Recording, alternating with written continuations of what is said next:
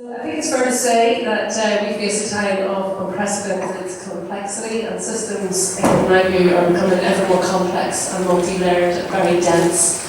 And thinking about how systems are responding to the very rapid pace of change, information events, the context, increased ambiguity about what's right and wrong, who's right and wrong, and the inherent unpredictability of systems just keeps going and going. And in a sense, for me and for in the world of being overloaded or having and not being in control. So, in my view, kind of thinking about how to deal with and being faced with increasing complex problems, what we do often is seek solace in certainty. We build narratives which reflect our perspective, our preconceptions, and in the certainty of those narratives we find validity for ourselves as individuals, as groups, and as societies. And just thinking about that ambiguity about is this a man-raving terrorist and threat to world order, or is this someone who's a victim of state human rights issues? So that constant different perspectives and views. And our perspectives, of course, come from our culture, our experiences, our politics, I believe, our circumstances. And it's how we come to make sense of the world and what's happening, and how we know and understand why things are how they are and what we need to do. So from a systems perspective, what we start to do is build up a paradigm of our perspective, find others that we can share and start to shape our thinking and our behaviours. And our systems then start to develop, and we develop systems to reinforce what we feel or believe or know to be right. And we end up with these beautifully constructed systems that have their own emergent properties. That's my favourite emergent property system. When we get stuck in a perspective, and these perspectives can develop these amazing systems, they can also become traps and mental traps. And when we're stuck in a mental trap, we really can't change the things that we know aren't working. And we know that they're not working, but we just can't change the system. And you ever have that feeling of chucking everything you've got at the problem, and the same thing happens over and over again. And then you think, we'll try harder another time.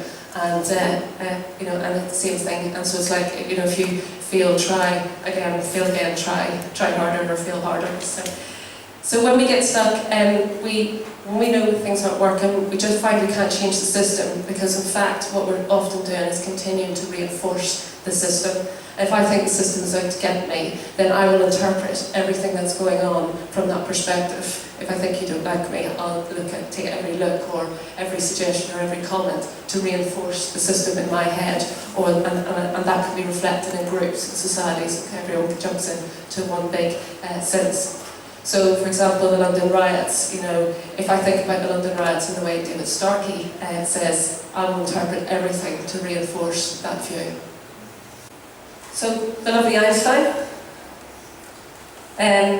if we can't solve our problems with the same thinking, that we can't solve them with the same thinking we used when we created them. And I'm just going to talk very quickly for the next few minutes about how we can try and tackle how we get out of mental traps and how we can change our thinking. And I'm going to talk very quickly about thinking holistically and seeing the bigger picture. So I mentioned something about emergent properties, so the system that we start to develop, and I don't know if you're familiar with this fabulous photo, but how the system that we start to build becomes something much greater than ourselves. And working with this idea is a core element of thinking systemically, not systematically, but systemically, about the complexity around us. And first we have to notice that the system exists, and then see that taking it apart and understanding all the different parts of the system is not sufficient. A load of sprockets and springs are just things, but carefully put together you get this fantastic chainsaw.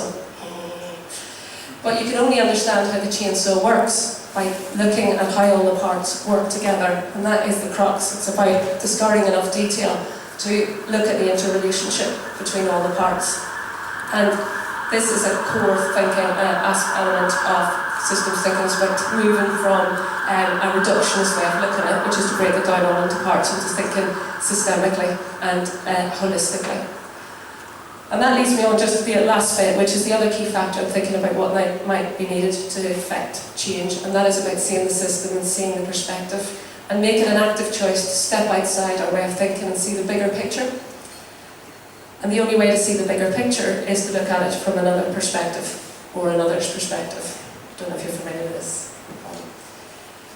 Just very quickly, if you think of a time when you've suddenly seen how to resolve an argument or a problem and what made the difference, it's usually generated by taking a step back, by seeing the bigger picture, because usually you have all the information you need, and the difference that you make is usually generated by distangling yourself from the system and seeing that bigger picture. This is escaping from a mental trap. And put simply, systems thinking is just an organised way to gain a bigger picture and step out of our mental traps. But what does it take to think in a different way, and what might that mean to us? And that leads me on to my question.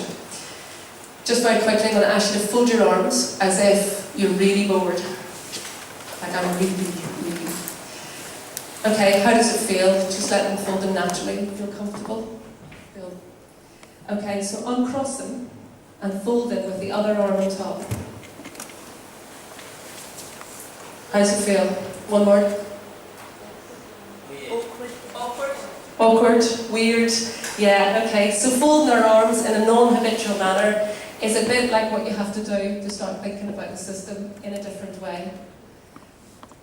And often, the times that we grow and expand our thinking and our behaviour and change our behaviour is mostly when we're outside our comfort zone.